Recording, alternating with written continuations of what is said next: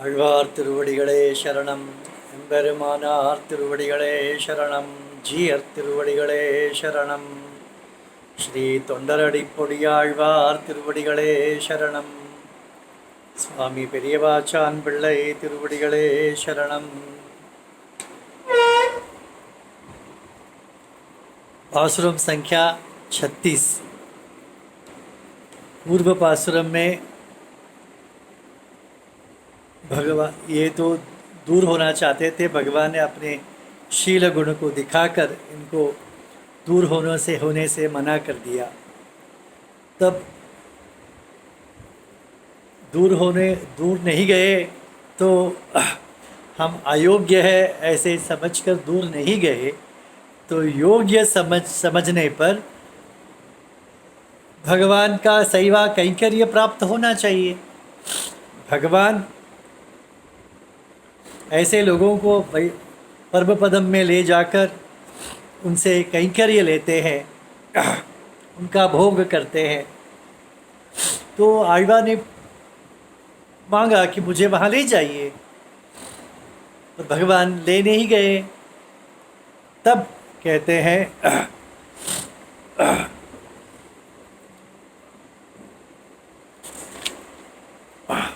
भगवान ने इनको पाने के लिए कितना कष्ट सहन किया था, या कितना श्रम लिया था, ये भगवान जानते हैं।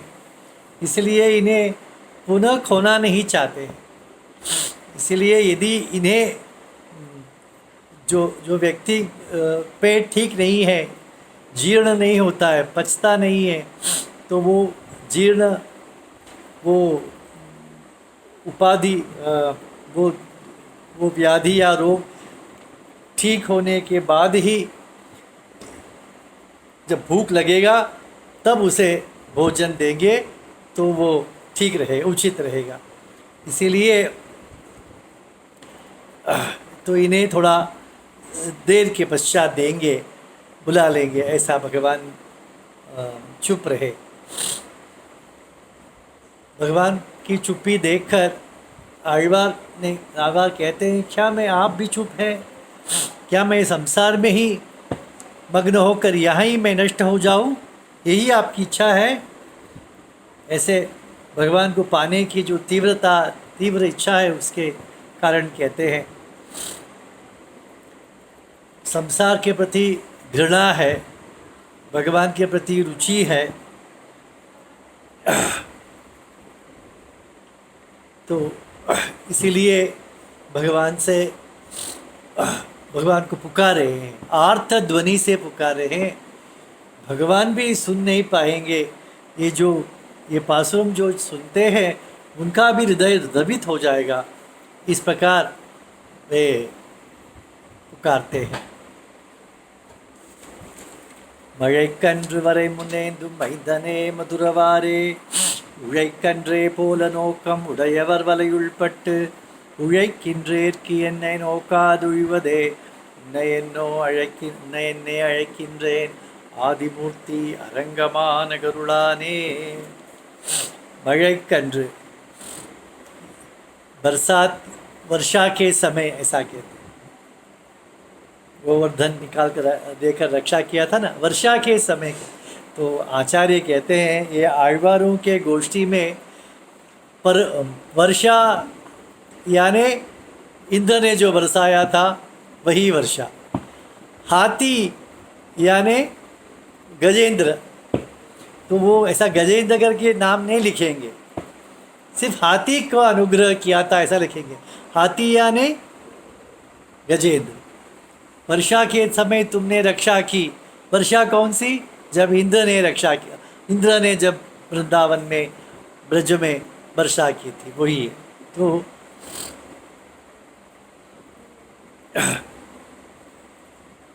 अब आழ்वार गोवर्धन गिरी के बारे में क्यों करते हैं? गोवर्धन गिरिधर के बारे में या उस लीला की स्मरण क्यों करते हैं? क्योंकि वो जो संकट में भक्त थे, उनकी रक्षा के लिए भगवान ने वो लीला की थी, गोवर्धन पर्वत उठाया था। तो तो अब मैं भी संकट में हूँ, संसार रूपी दुख रूपी संकट में हूँ, तो मैं तो मेरी भी रक्षा करे। इसलिए वो संकट में रक्षा करने वाले आपद सख होने के कारण अब भगवान उसे मैं भी, या कहते हैं ना, देखिए जो गरीब है वो कहता है हे धनिक मेरे लिए कुछ धन दीजिए या मेरी भूख मिटाइए, ऐसा बुलाकर कहते हैं। इसलिए ये भी इसी प्रकार आழ்वार कहते हैं हे आपद सख मेरी दुख की निवृत्ति कीजिए। उस दिन किस दिन? जब इंद्र ने प्रलय में वर्षा होती है, उन मेघों को आदेश दिया कि ब्रज में जाके पत्थर के समान इतने स्थूल वर्षा करो, ऐसा आज्ञा दिया था उस दिन, ऐसा कहते हैं। उस दिन गोप सबके बछड़े सबके लिए संकट हुआ था।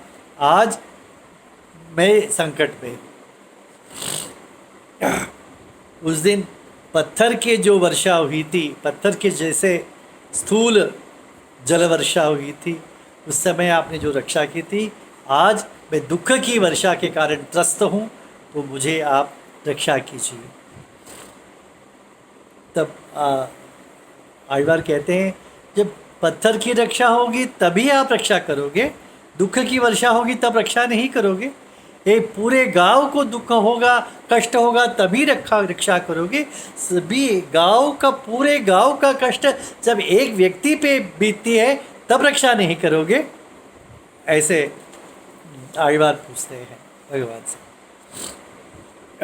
वरे पर्वत लेकर जब प्रलय काल के मेघों को वर्षा करने के लिए आदेश दिया था, तब भगवान के पास समय नहीं था कि चक्र को बोले कि जाके इंद्र के सर काट के आ। तो इसीलिए क्या किया, पास में एक पर्वत पड़ा था, ठीक है, पर्वत को ही उठा लिया। तो आழ்वार कहते हैं तो अब जब मैं संकट में तुम्हें बुला रहा हूँ, तुम ये नहीं कह सकते हो कि मेरे पास कोई आयुध नहीं है, मेरे पास कोई औजार नहीं है, कि तुम्हारे उपकरण कुछ नहीं है तुम्हें मदद करने के लिए, ऐसा तो नहीं है। आप जब चाहिए एक घास को ब्रह्मास्त्र बना लेते हो, जब चाहिए तो एक पर्वत को छतरी बना लेते हो, तो आपके पास सब कुछ समर्थ है। आप ऐसा नहीं कह सकते मेरे पास उपकरण नहीं है।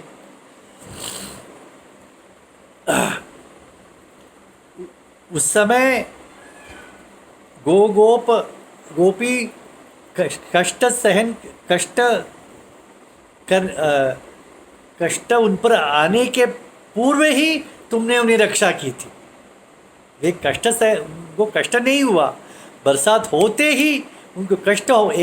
आழ்वार दूसरे इस पे कहते हैं एक बूंद भी पानी हमारे गोपी पर नहीं पड़ना चाहिए, इतनी रक्षा किया भगवान ने उसको, गोवर्धन को उठाकर। और यहाँ बहुधा संतत दुख वर्षिणी, आळवंदार कहते हैं ना स्तोत्ररत्न में, ऐसे दुख की वर्षा काली रात में संसार रूपी अविवेक रूपी अंधकार में मैं पड़ा हूँ।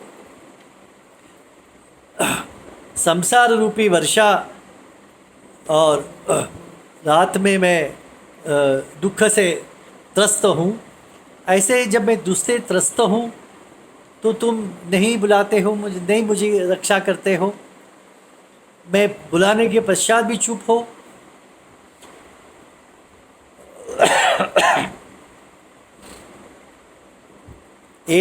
क्या किया आपने, पर्वत को अनायास उठा लिया था, जैसे एक फूलों के गेंद को उठा लिया हो। 7 दिन उठाया था पर्वत को, परंतु कैसे उठाया, एक फूल के गेंद को उठाया। तो इसीलिए आप जैसे वैकुंठ में जब नित्य सूर्य आदि भगवान को चढ़ाने के लिए पुष्प की माला लेकर खड़े रहते हैं, ऐसे अनायास आपने पुष्प की गेंद जैसे उठा लिया। तो ऐसा तो नहीं कह सकते कि मुझे रक्षण रक्षण करने में बहुत कष्ट होता है, तो मैं तुम्हारी रक्षा कैसे करूं। ऐसा नहीं, आप अनायास करते हो, तो ये भी कारण नहीं दे सकते हो मुझे कष्ट होता है मैं अब नहीं करूँगा। महिंदने, क्या तुम्हें रक्षा करने तुम्हारे पास शक्ति नहीं है? शक्ति युक्त हो, बलवान हो तुम। तो एक अर्थ है बलवान का, दूसरा अर्थ महिंदन का है यौवन, युवक। तो कहते हैं हमारे आश्रितों के दुख को, कष्ट को दूर किया, इस खुशी से वे भगवान युवक हो गए बोलते हैं। तो आचार्य कहते हैं कि जो वस्तु जिसे पसंद है उसे खाने से वो व्यक्ति बहुत उत्साहित होकर युवक, उसके आयु कम हो जाती है, ऐसा दिखता है। तो अपने अपने स्वरूप के अनुसार उनका उनका भोजन या प्रिय वस्तु होता है। तो भगवान के लिए प्रिय वस्तु क्या है? अपने आश्रितों का रक्षा करना। वो रक्षा क्यों करता है? अपने लाभ के लिए करता है, आश्रितों के लाभ के लिए नहीं, अपने लाभ के लिए। मुझे आश्रित मिलेंगे इस प्रकार, तो तुम्हारे लाभ के लिए तुम्हें कहने के लिए मुझे बुलाना पड़ता है, ऐसा आழ்वार कहते हैं। ऐसा आचार्य का भाष्य है। और संबोधन कहते हैं मधुरवारे, मधु बहने वाली नदी, मधु नदी कहते हैं भगवान। क्योंकि यदि तुम रक्षक नहीं, तुम भक्षक भी बन जाओ तब भी तुम्हें छोड़ नहीं सकता हूँ, क्योंकि तुम मधु की नदी हो, इतने भोग्य हो। मधुरवारे, समुद्र नहीं कहा, मधु के समुद्र नहीं कहा है, नदी कहा। क्यों? समुद्र का पानी खारा होता है, उससे कुछ उपयोग नहीं होता। प्यास लगे तो नदी के पानी में धूप के थकान को मिटाने के लिए स्नान कर सकते हैं, मुख में पानी डाल सकते हैं, पी सकते हैं, प्राशन कर सकते हैं। प्यास न भी हो तो मल को तो दूर कर सकते हैं, परंतु समुद्र में ये सब कुछ नहीं कर सकते। और समुद्र इसके पास, हमारे पास आता भी नहीं हो, तो दूर हमें जाना पड़ता है। नदी तो हमारे पास आता है। नदी में जब बाढ़ आता है सभी बांध को तोड़ कर निकल जाता है। तो ये भगवान रूपी मधुर नदी कैसा है, मधु नदी कैसा है? इन्होंने अयोग्य समझकर एक बांध बनाया था। मैं अयोग्य हूँ, मैं तुमसे नहीं आ सकता, तुम्हारे पास नहीं आ सकता। उस बांध को तोड़ दिया भगवान ने। तो ऐसे अयोग्य रूपी बांध को तोड़कर हमें हमारे पास आने वाले ये मधु नदी रूपी भगवान है।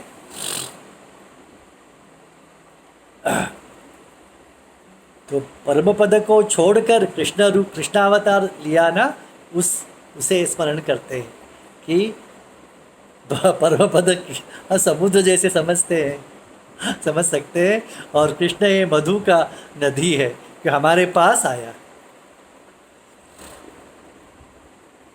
तो भगवान ने कहा उस दिन इंद्र ने कष्ट दिया था, इंद्र से संकट हुआ था, तो उससे मैंने दूर किया था।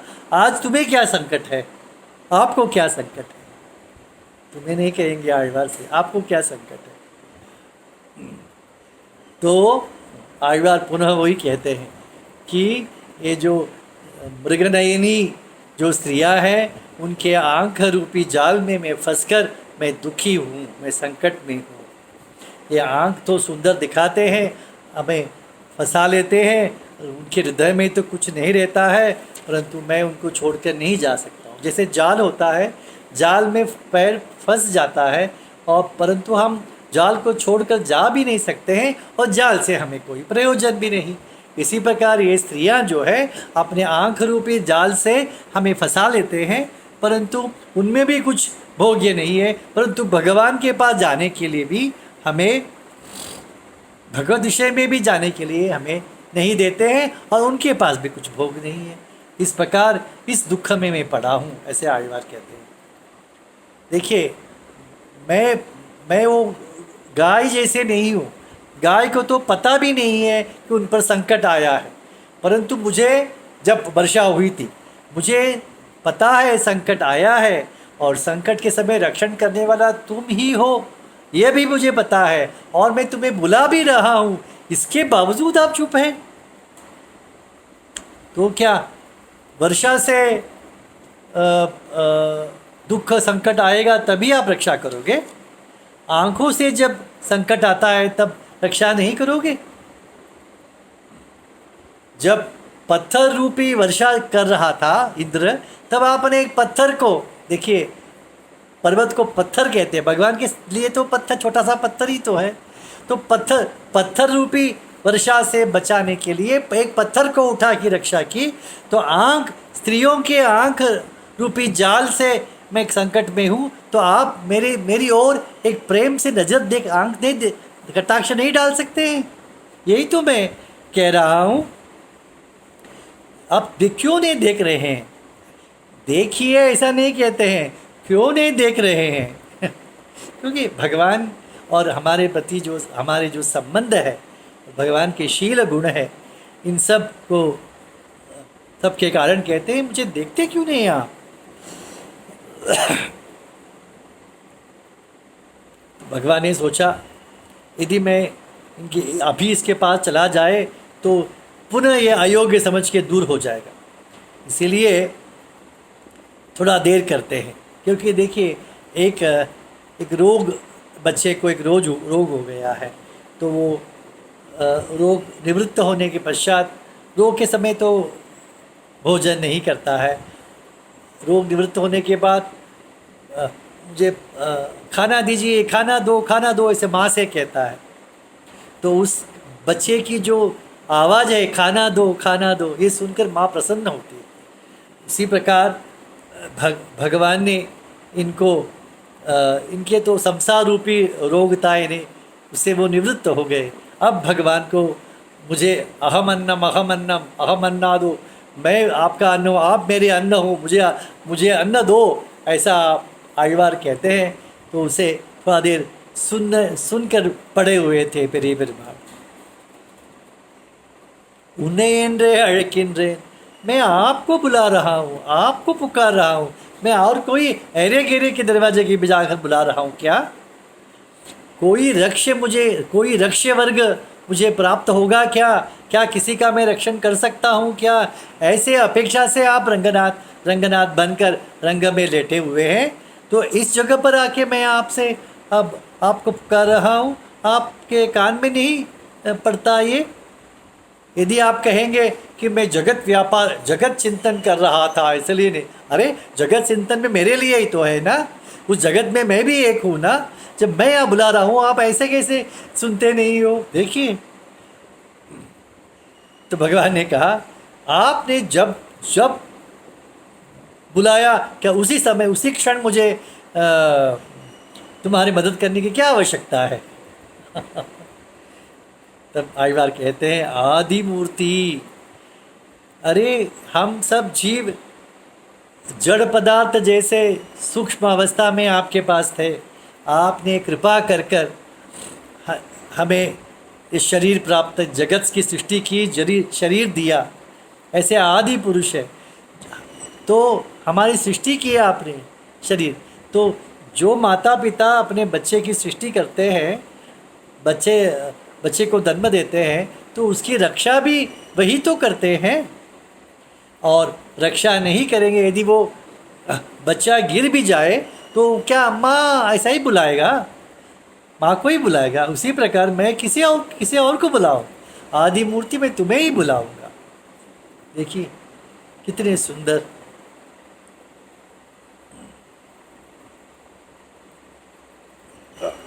आरंगमान गरुड़ाने, आप परम पद को छोड़कर श्री रंग में आए क्यों है?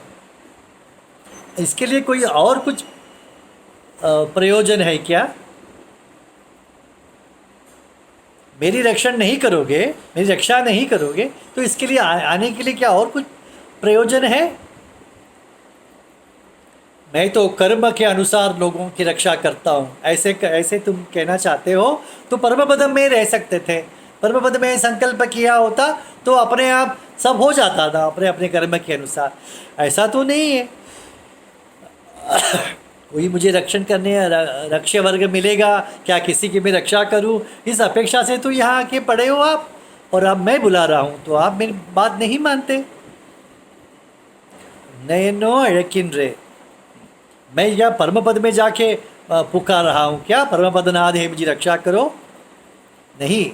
जब लोगों में अपने प्रति रुचि उत्पन्न करने के लिए यहाँ पर आके आप लेटे हुए हो, तो रुचि उत्पन्न होने के पश्चात क्या वो व्यक्ति तुम्हारी लाभ नहीं कर सकता? रुचि उत्पन्न करने के लिए तो आप पड़े हो यहाँ पर, रुचि उत्पन्न हो गई मुझ पे, तो फिर आप मुझे दूर क्यों करते हो?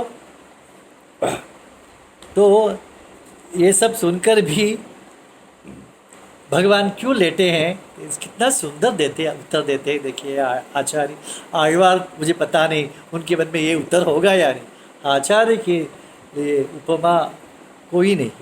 कहते हैं भगवान को क्या आदत है, परम पद में नित्य सूरी सब भोग, भगवान के भोग में मग्न होकर भोग के अभिव्यक्ति हा हूँ समागान करते हैं, ये भगवान ने सुना है। और यहाँ पर लोग कष्ट में दुखी होते हैं, मुझे वो चाहिए, ये चाहिए, ऐसे मुझे वो विषय लाभ चाहिए, पुत्र चाहिए, घर चाहिए, ऐसे विषयों के लिए मेरे पास आकर पूछते हैं, बुलाते हैं, वो मैंने सुना है। परंतु ऐसे मैंने जो प्रयत्न किए थे वो भगवान विचार करते हैं, मैंने जो प्रयत्न किए थे वो फलीभूत हो गया है। मैं यहाँ किसके लिए हूँ? कोई मेरे किसी एक जीव में रुचि उत्पन्न करने के लिए तो मैं लेटा हूँ यहाँ पर। तो ये आழ்वार में तो मैंने रुचि उत्पन्न कर दी है, अब वो मुझे बुला रहे हैं। ये भगवान की आदत नहीं है, भगवान ने सुना नहीं है पूर्व, तो इसलिए अभी उसे अच्छा लगता है। तो थोड़ा देर इस पुकार को भी सुन लेते हैं, ऐसा समझकर कुछ देर मौन रहे भगवान, ऐसे आचार्य कहते हैं। श्रीमते रामानुजाय नमः।